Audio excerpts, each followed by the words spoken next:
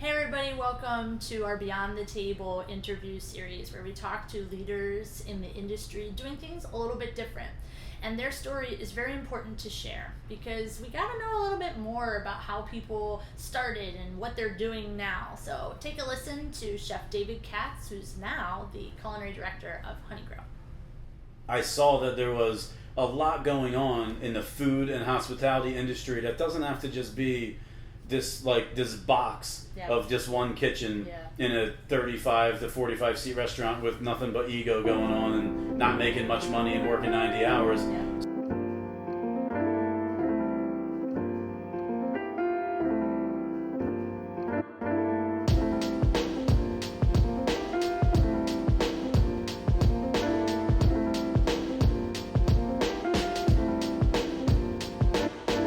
For me, it's all about the technique and the road to getting that final product on the plate. Hello, I'm Chef David Katz. I am the Culinary Director of the fast casual stir fry and salad concept honeygrow that is born in Philadelphia and expanding. I'm having fun. I am from the fine dining independent restaurant world, and now I'm off on a new adventure into the fast casual food world. So my first question is, how often do you check your phone? Wow. The question should be, how often do I not check my phone? How often am I not looking at it? I check my phone every time the alert goes off, which would be probably about every minute, I'd say. Yeah. I just feel like in your role in what you do, like you would have to be able to be on your phone all the time. Like, does Honeygrow have an app that you have to tap into, or is it just how is the communication funneling? My phone, my email, my computer. Yeah. Everybody individualizes like that. But, okay, so when are you not on your phone? Do you reserve times of no zones? Yeah, you know what?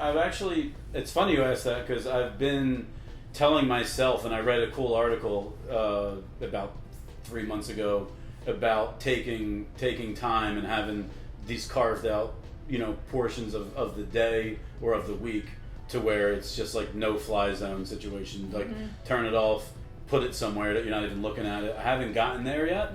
I try to do a better job on weekends. Lately, I've been doing a little bit better on weekends of just kind of, checking in casually, and if there's something pressing.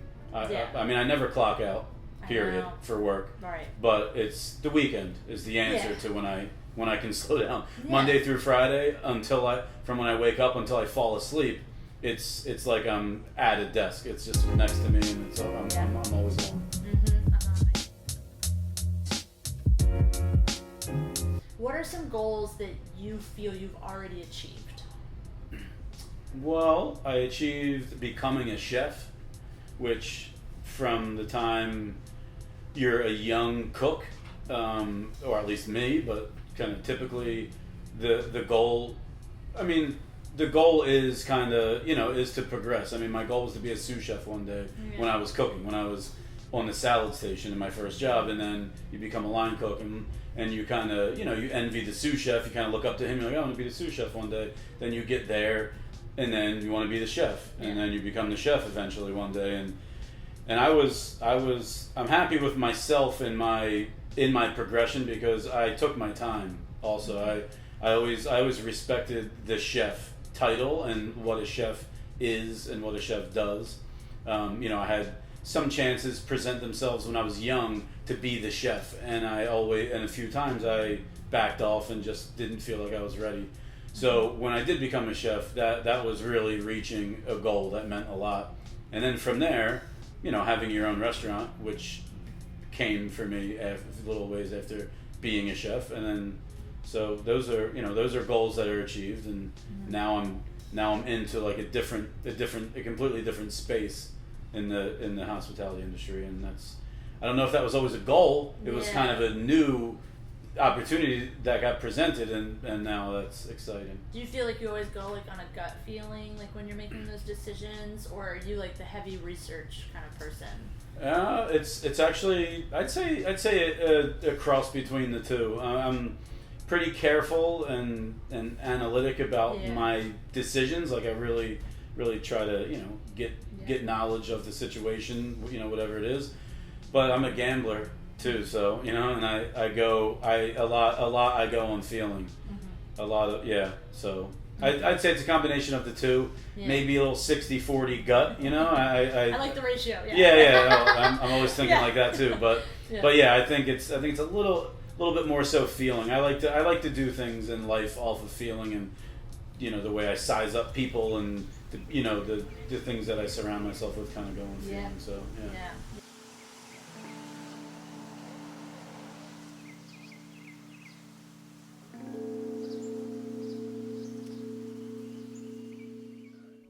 Was there something kind of going through your mind at that point that was maybe seeking a different opportunity? And then when it did present itself, you're like, that's the one? I had done a couple things here and there, like some events or like seminars, and one time actually, I remember I did a thing with a friend she became a friend, my friend Christy. She was in Portland. She worked for USA Pears. Okay. And I entered this national pear recipe contest, set up through my PR company at the time, and I was like, sure, I'll do that. Submitted a recipe, and I won this recipe thing, So I got money. It was cool, it was like $1,000 or $1,500, and I was like, that's awesome. And then USA Pears, like, hey, we're gonna put a picture of you and the recipe on our website because you're the winner of the month. I think they did it monthly or something, or quarterly. Nonetheless, I did that, and I just kind of kept working with them. And then Christy invited me to go speak about how I use pears in general and how I feel about pears. So I was there, and it was just like this, but it was like a different side. It was like this industry thing, there was people that represent products there, like the California raisin guy was there. Christy was there from USA Pears, and there was all this other stuff going on, and I had never seen any of that. And I'm like, all right, my initial feeling was like, this is kind of cheesy, but because not everybody's all, dressed like a chef and doing like fancy stuff.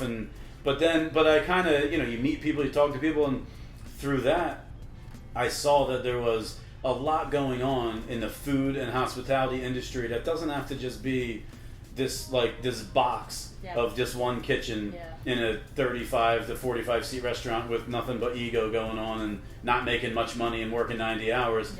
A few years after that, I ended up opening Mei Mei, and I had my restaurant. I did that. It was great. It went well.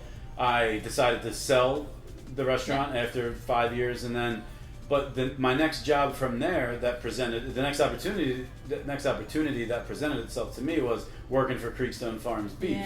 So, because I was buying Creekstone Farms Beef at the time at Mei Mei, and the sales guy, the regional sales manager, I was friendly with, really great guy, and he got a promotion, and he said, and he knew that I had just sold Mei Mei and I was transitioning out, and I didn't know what I was going to do at the time, but it was August, and I knew that month I was just going to sit on the beach. That was what I was going to do for a month.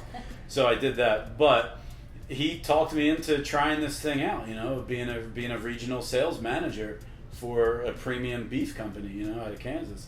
So I did that, and then that was different, and that was being on the sales side, but still involved in food and hospitality, and met a lot of people, made a lot of connections, learned a lot more about the beef industry and cattle and everything in the process. And then I got a little bored though. 2.5 years went by, and I was like, all right. It was like that was kind of my break job, like take a break from what I was doing, from just being in the kitchen all the time. For me, it's all about the technique and the road to getting that final product on the plate. It's like I've told young cooks this a lot. You can give 4 different cooks or chefs the same exact ingredients. You can give them a whole chicken, a handful of potatoes, a bundle of herbs, butter, olive oil, sea salt, pepper, and beautiful green beans, and some dark chicken stock, and say go. And people are going to do 4 different things. It's going to end up, they're all going to taste different. But those are really simple things that I just said. But what I like to do, my style, is to make that dish out of those ingredients really, really, really well. Like, be like, wow, that's like some of the best roasted chicken with green beans and potatoes that I've ever had. That's what we try to do at Mei Mei. If you read the menu, it would read well, but it wouldn't be like, people like, oh wow, I have to eat here because I've never seen that. It's like people saw people were familiar with what was on the menu Yeah. ingredient wise, but I wanted you to come in. Like how do you handle the stress of like your job and the career you've taken? Well, yeah, I mean, there's what a lot of people don't understand or don't really know is that sometimes you can't deal with it, and sometimes it gets you. Mm-hmm. I mean, I've had, me personally, I've had nervous breakdowns. Yeah. I mean, I've had health issues. It's like sometimes it's not controllable, and it gets very, very real. It can affect your marriage. It can affect your relationships with people. Me, I'm lucky because my wife is a warrior chef, restaurant industry wife. She's my best friend, and she's my partner, period, through anything that I do. So I've always had that support, but I mean it's gotten bad before, and then also to deal with the stress, you just have to make sure that you're taking time when you do have time off to do things that are away from the industry or from your job. Whatever it is. Yeah. If you have hobbies, you have to just try to make time to go out and spend and kind of spend some time with your hobbies. You have to do it. You have to get a basketball in your hand or your running shoes on. So your position as the Culinary Director at honeygrow, like how do you feel about the pace? Like what kind of strategy do you have right now? You're really all in at this point. Yeah, the company is really moving quickly right now. Quicker than some other concepts that you see out there in this space. But it's good. We have a great team of young, energetic professionals that are like really, really willing to be all in and just kind of get after it. So yeah, I mean it's definitely something to keep up with. Pace wise, Yeah. It's a lot of work. I don't sit idle that well anyway. So to me, it's like if we're doing this thing, let's do it. You know what I mean? So it's like, we could open 4 or 5 restaurants in the year, but we're shooting for 11 to 13. Wow. It's just let's do it. We have the resources to do it. We have the infrastructure to do it. So let's just get it done. So that's kind of where we're at. But it's a lot. That's why if we were opening 4 to 5 restaurants in a year, my answer would be I check my phone every 3 minutes, but right now it's every minute because we're opening 11, 13 in a year. There's a lot. There's a lot going on. It's just like opening a fine dining restaurant. Like anybody you've ever spoken to about opening a restaurant, and you get all the ins and outs and the details, and like, oh my God, from planning that, from conception to opening the doors. Wow, what a wild ride that was. It's like that's what we do 13 times in right. in a year. But why was it the ingredients that became such a key piece to what you serve? The founder, Justin, that was very important to him when he came up with this concept. It was he had the tech and the design and the product in mind.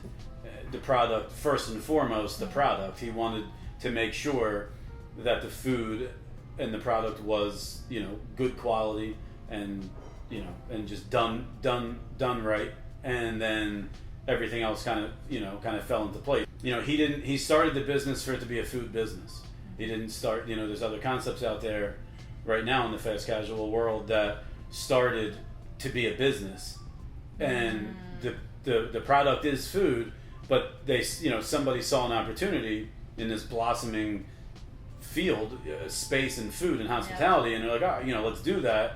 And then they have maybe the design and the business, maybe even the tech on, like on the top of their minds, and they're like, we'll insert food here, later in the conception. It's whatever. But the food's not whatever to Justin. It was like, I'm going to start a food business. He wanted to start a business with food and the quality and the way he was eating, and what and how and like what that meant to him lifestyle wise, Yep. and make a business out of it. So yeah, from day one, it's been about the food. Yeah, cool. That's why I would say that I don't know if it holds as true to now, because all the things I'm reading isn't about that. It's about everybody moving on to their next project. Like, I agree with what you said. Like, people are thinking, I have to do that. That's supposed to be the next thing. My success story is opening that one too.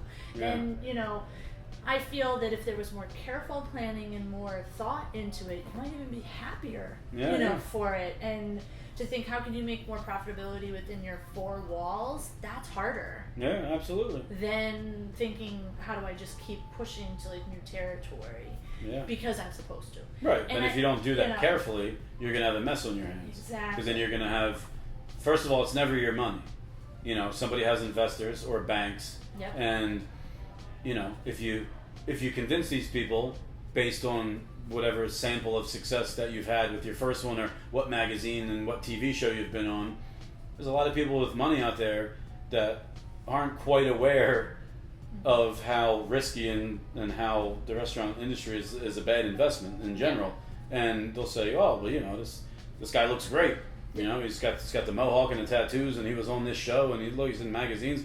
This is an investment gold mine. Let's do what this let's do what this 28-year-old dude wants to do.